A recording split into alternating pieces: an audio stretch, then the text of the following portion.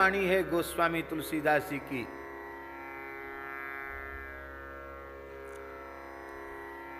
भगवत चरणार विंद की रति जीव को प्राप्त होवे,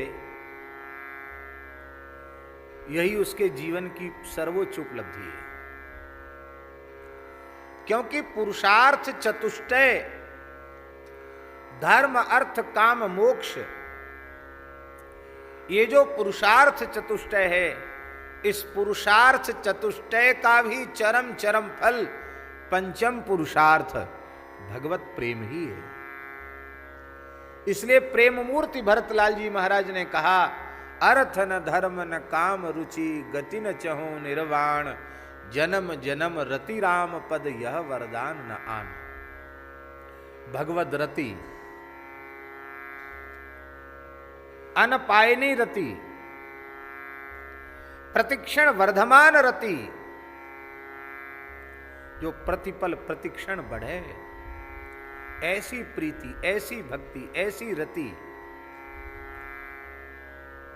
तो ऐसी रति की प्राप्ति में सबसे बड़ी बाधा क्या है? भगवत प्रेम की प्राप्ति में सबसे बड़ी बाधा क्या है? भगवत प्रेम की प्राप्ति में सबसे बड़ी बाधा है कामनाएं, इच्छाएं, वे सबसे बड़ी बाधा है। देखो, हमारा जो वर्तमान जन्म है,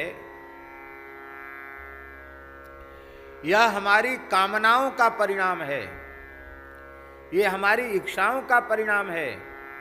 यदि हमारे मन में कोई कामना, कोई इच्छा न होती तो यह वर्तमान जन्म ही न होता। और जब तक कामनाएं, इच्छाएं बनी रहेंगी, तब तक इसी दुखमय संसार के चक्र में हमें पड़े रहना पड़ेगा। पुनरपि जननम पुनरपि मरणम पुनरपि जननी जठरे शयनम, ये चक्र हमारा कभी रुकने वाला नहीं है। कई बार जीव भगवान की भक्ति में भी प्रवृत्त होता है, भक्ति करता है, लेकिन वह भक्ति करता है लौकिक वस्तुओं की प्राप्ति के लिए, भोगों की प्राप्ति के लिए, स्त्री पुत्र धन आदि की प्राप्ति के लिए भक्ति करता है। तो ईमानदारी से वह भगवान का भक्त न होकर जिन वस्तुओं की प्राप्ति की कामना उसके चित्त में बनी हुई है, उन वस्तुओं का भक्त है, उन पदार्थों का भक्त है, वो भगवान का भक्त नहीं है। क्योंकि भगवान तो हो गए, भगवान की भक्ति तो हो गई साधन, और संसार के नाशवान पदार्थ हो गए साध्य। होना यह चाहिए कि नाशवान शरीर तो बन जाए भगवत प्राप्ति का साधन, और भक्ति साधन बन जाए, और साध्य भगवान की प्राप्ति हो, ये ठीक है।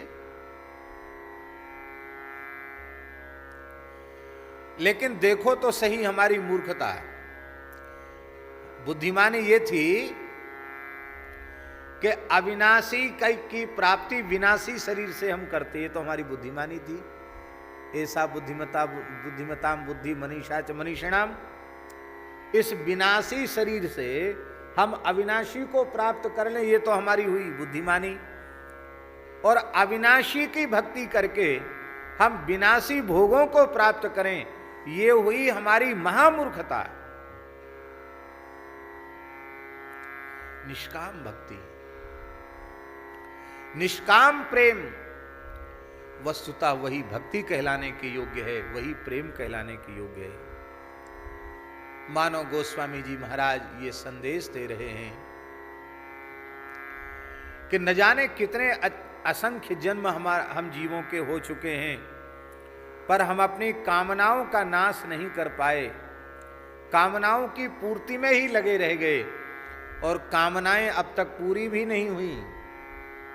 एक कामना के पीछे सैकड़ों कामनाएं पंक्तिबद्ध होकर खड़ी हैं, और इस प्रकार से हमारा दुखमय संस्कृति चक्र आज तक नहीं छूट पाया। तो हे प्रभु, हम तो अपनी कामनाओं का नाश कर नहीं पाए, तो कौन करेगा? बोले, जो काम रिपु होगा वही तो कामनाओं का नाश करेगा। अब काम रिपु कौन है? काम रिपु देवाधिदेव भगवान शिव है। ये काम माने कामना, इच्छा, इनके रिपु माने इनको विनष्ट कर देने वाले हैं। दो नेत्र तो सबके हैं, पर शंकर जी के दो नेत्रों के अतिरिक्त भी एक नेत्र है ललाट पर, तीसरा नेत्र।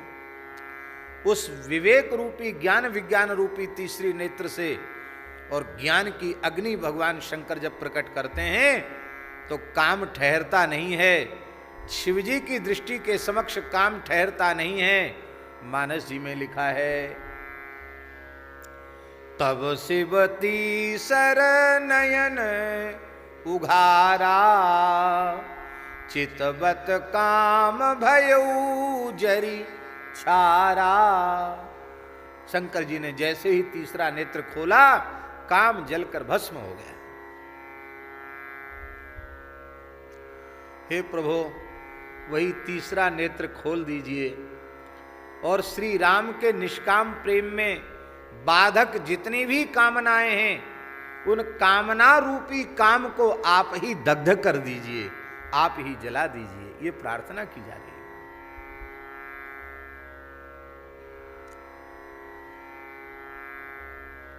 कामनाओं के रिपु हैं आप, कामनाओं को जला दीजिए, काम को जला दीजिए।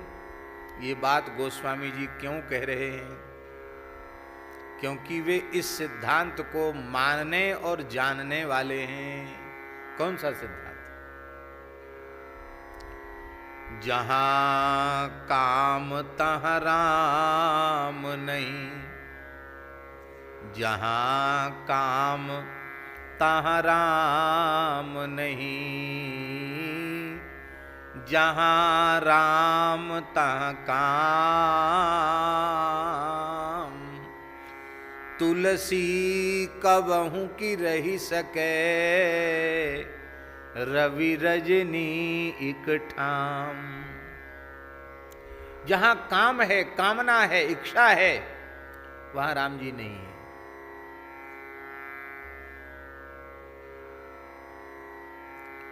और जहां राम जी हो जाएंगे वहां कामना रहेगी ही नहीं।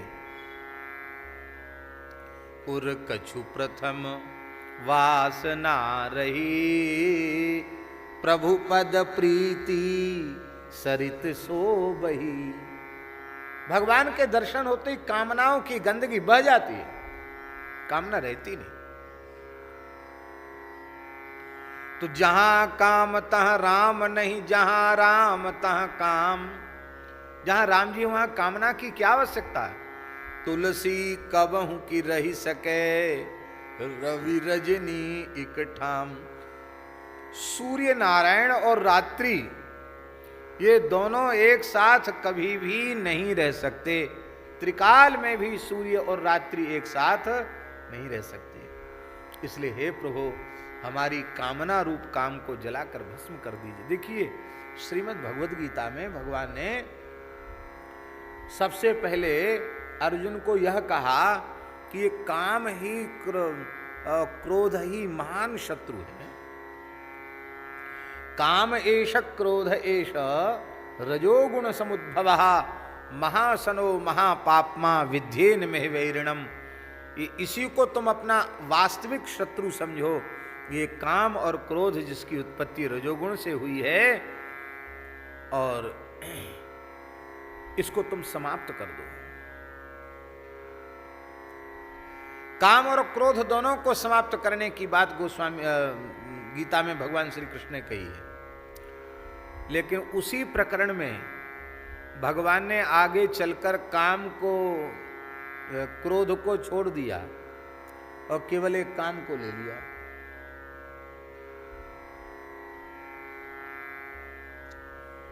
है ना? याद है आपको? स्मरण में है? जही शत्रुम महाबाहो काम रूपम दुरासदम। पहले तो काम क्रोध दोनों को शत्रु कहा, लेकिन क्रोध को फिर छोड़ दिया। बोले नहीं, क्रोध को जाने। असली दुश्मन तो काम ही है, इसको समाप्त कर दो। जही शत्रुम, ये शत्रु है। हे महाबाहु अर्जुन, इस कामना रूप काम को जलाकर भस्म कर दो। यही बड़ा दुर्धर्ष शत्रु है। अब एक विचार की बात है, क्या क्रोध शत्रु नहीं है? क्रोध शत्रु नहीं है क्या? क्रोध प्रत्यक्ष चांडाल है। और कोई व्यक्ति चांडाल नहीं है, क्रोध ही चांडाल।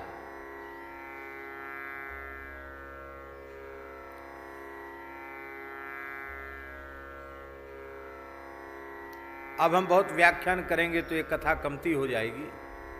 बाकी इतना समझ लीजिए कि यदि आपको क्रोध कितना विनाशकारी है इस बात को समझना है, तो महाभारत में शुक्राचार्य और देवयानी का जो संवाद है उसको सुन लेना चाहिए। 1 महीने की जो महाभारत की कथा हुई थी उसमें उस प्रकरण को हमने बहुत बढ़िया से कहा था, सुन लेना चाहिए। सैकड़ों वर्षों तक लगातार कोई कठोर तप करे, यज्ञ करे, दान करे, सारे शुभ कर्मों का अनुष्ठान करे, वह व्यक्ति हजारों हजारों यज्ञ करे, हजारों हजारों कठोर तपस्याएं करे, और एक व्यक्ति केवल यह निश्चय कर ले कि किसी भी परिस्थिति में हमको क्रोध नहीं करना है। तो महाभारत में लिखा है किसी भी परिस्थिति में हमको क्रोध नहीं करना है, ऐसा निश्चय जिसने कर लिया है उस व्यक्ति का जो पुण्य है, और 1000 वर्षों तक किए गए जब तप यज्ञ आदि का जो पुण्य है वह पुण्य, और जिस व्यक्ति ने क्रोध न करने का व्रत लिया हुआ उस व्यक्ति का पुण्य, क्रोध न करने वाले व्यक्ति के पुण्य के 16वें अंश की बराबरी नहीं कर सकता। हजारों वर्षों की तपस्या एक क्षण के क्रोध से भस्म हो जाती है।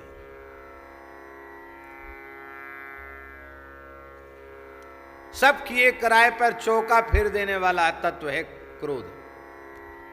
बड़ा भयंकर शत्रु है क्रोध। इसलिए अक्रोध ये व्रत है। व्रत ले लो, संकल्प ले लो कि हम किसी भी परिस्थिति में क्रोध नहीं करेंगे।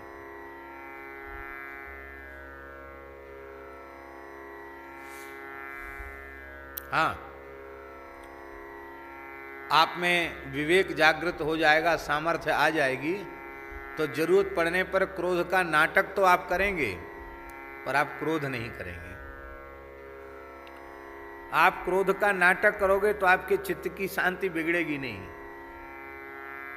पर भीतर से क्रोध कर दिया आपने तो आपका सब किया कराया चौपट हो जाएगा, सब चौका फिर जाएगा। क्रोध नहीं करना, अक्रोध। भगवान के भक्त का लक्षण है विमन्यवाह सुहृद साधवो। ये विमन्यवाह वे क्रोध रहित होते हैं, क्रोध उनमें होता ही नहीं। तो भगवान ने क्रोध को नेग्लेक्ट करके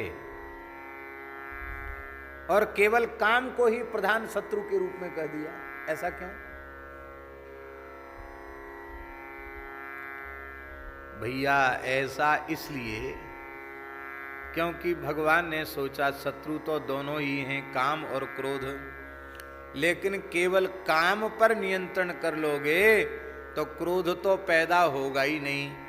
अरे भाई, बाप होगा तब ना बेटा होगा, बाप ही नहीं होगा तो बेटा कहां से होगा? हैं? बेटे के लिए बाप का होना जरूरी है कि नहीं? काम है बाप और क्रोध है बेटा। इनकी उत्पत्ति कैसे होती जानते बाबा?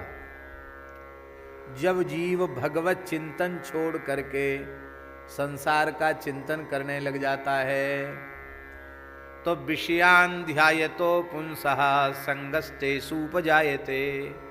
उन पदार्थों में आसक्ति उत्पन्न होती है, और संगात संजायते कामः, फिर उन पदार्थों को भोगने की कामना उत्पन्न होती है, और जब कामनाओं की पूर्ति नहीं हो पाती है तो कामात् क्रोधो विजायते, फिर क्रोध उत्पन्न होता है। क्रोधात् भवति सम्मोहः, क्रोध से मोह हो जाता है, अब मोह होने से स्मृति नष्ट हो जाती है, वो भूल जाता है, सब कुछ भूल जाता है, उसका विवेक नष्ट हो जाता है। और बुद्धिनाशात् स्मृति भ्रंशात् बुद्धिनाशः, उससे बुद्धि नष्ट हो जाती है, अब बुद्धिनाशात् प्रणश्यति। ये गीता जी में क्रम बताया गया। तो काम नहीं रहेगा तो क्रोध भी नहीं रहेगा, और ये काम को जलाने में समर्थ यदि कोई है तो वह केवल भूत भावन भगवान शिव हैं, जो एक नजर से काम को जलाकर भस्म कर सकते हैं। आहा,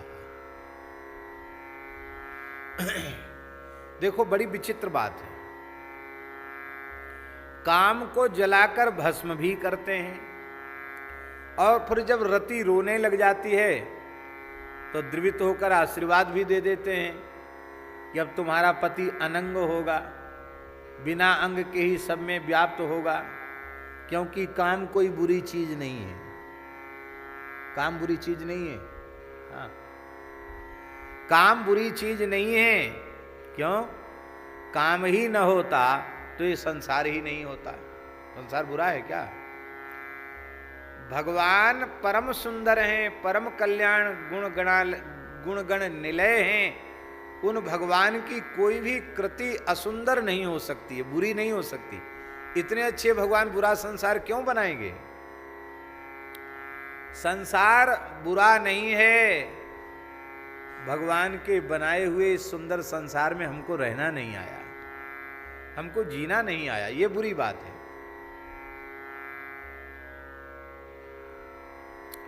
यही जीने की कला सिखाने के लिए तो भगवान अवतार लेते हैं, हमको सिखाते हैं हमको संसार में कैसे जीना चाहिए। तो सो कामयत प्रजाश्रयेति, भगवान ने कामना की तो सृष्टि उत्पन्न हो गई। एक काम हमें राम जी से जोड़ने वाला है। काम मिलावे राम सो जो यह राखे जीत, दास मलू का यूं कहे जो तेरे मन आवे परतीत। मलुकदासी की साखी। ये काम तुम्हें राम जी से मिला देगा, पर कौन सा काम? जिस काम का संबंध भगवान से है वो काम। तो जो काम भजन में विघ्न पैदा कर रहा था, राम जी के स्मरण में विघ्न पैदा कर रहा था, उस काम को शिव जी ने जला दिया है। और फिर काम को अनंग बना दिया। बोली महाराज अनंग से सबका काम तो चलेगा, मैं उनकी पत्नी हूं, मेरा काम कैसे चलेगा, मुझे संतोष कैसे होगा? तब शिव पुराण के अनुसार विवाह के अवसर पर जब भगवान शिव पार्वती के सहित विराजे थे जनवासे में विवाह के पश्चात, तो सब देवियां आईं, उसमें कामदेव की पत्नी रति भी आई, फूट फूट कर रोने लगी। बोले देख सब अपने पतियों के साथ आपके विवाह का दुल्हा दुल्हन के श्रृंगार का दर्शन कर रहे हैं और हम देखो मैं यहाँ विधवा बनी डोल रही हूँ। तो शंकर जी ने उसकी काम की भस्म मंगाई जो डिबिया में रख रखी थी रति ने, और उसको करुणा भरी दृष्टि से देखा तो काम तत्काल प्रकट हो गया। इसका मतलब है जो वैषयिक काम था उसको जला दिया, और भगवान शिव ने अनुग्रह पूर्वक जिस काम को जिलाया, पहले जलाया और फिर जिलाया, तो ऐसी कृपा कर दी कि कृष्ण तनय हुई है सुत तोरा, बचन अन्यथा होई न मोरा। अब तक वह काम भगवान से संबद्ध नहीं था, लेकिन शिवजी ने जब जलाकर पुनः जीवन दिया तो कहा कि तुम्हारा पति अब कृष्ण का पुत्र बनेगा, और वही कामदेव श्री प्रद्युम्न जी महाराज के रूप में प्रकट हुए। मानव गोस्वामी जी संकेत कर रहे हैं जिस काम ने अब तक हमें संसार में भटका रखा है, हे देवाधिदेव आशुतोष भगवान भूत भावन विश्वनाथ, हे काम रिपु, उस काम को जला दीजिए, और जिस काम का संबंध राम जी से है उस काम को आप जागृत कर दीजिए। मानो ये भाव है। विवाह के समय राम जी जिस घोड़े पर बैठते हैं वो घोड़ा क्या है? कहते ऐसा लगता मानो साक्षात कामदेव ही घोड़े पर बैठे हुए हो। ऐसे लगता है मानो कामदेव ही घोड़ा बना हुआ है और राम जी उस घोड़े पर सवार हैं। इसका मतलब है शिवजी जब अनुग्रह करते हैं तो काम के ऊपर फिर संसार नहीं चढ़ता, फिर काम की पीठ पर राम जी को सवार कर देते हैं।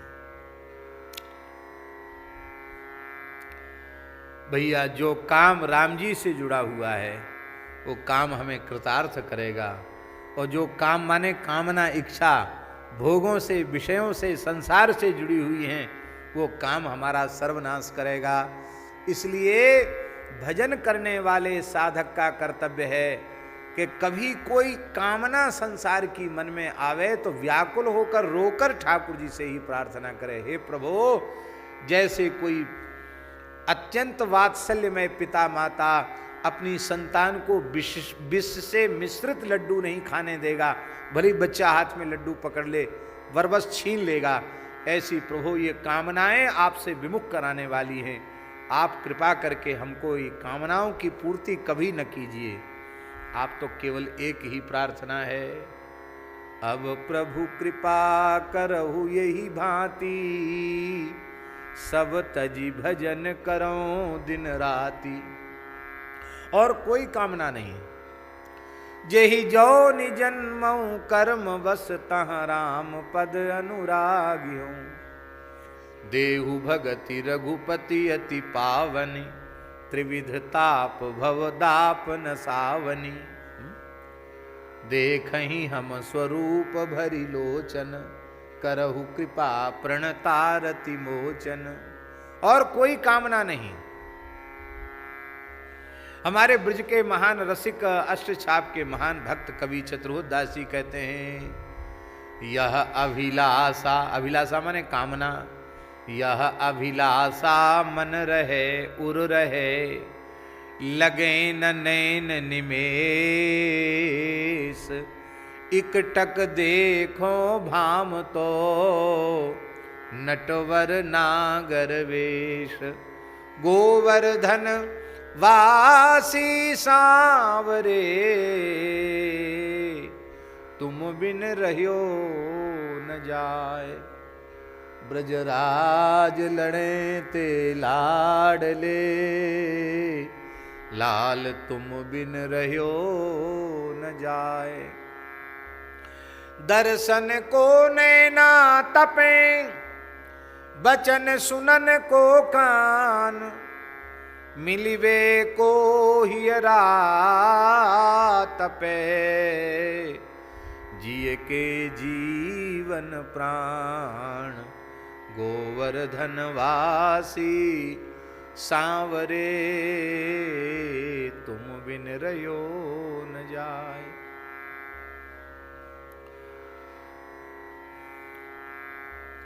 हे प्रभु, आप काम को जला दीजिए। क्यों? बोले इसलिए काम को जला दीजिए। मलुकदास जी कहते हैं, वहां न कोई पहुंचा, कहां? वहां न कोई पहुंचा, जहां बसत हैं राम। बातें लंबी चौड़ी बनाने वाले बहुत हुए हमारे जैसे, लेकिन वहां न कोई पहुंचा, जहां बसत हैं राम। महाविकट वह पंथ है, पेड़ा मारे काम। ये कामना ही पेड़ा मार देती है।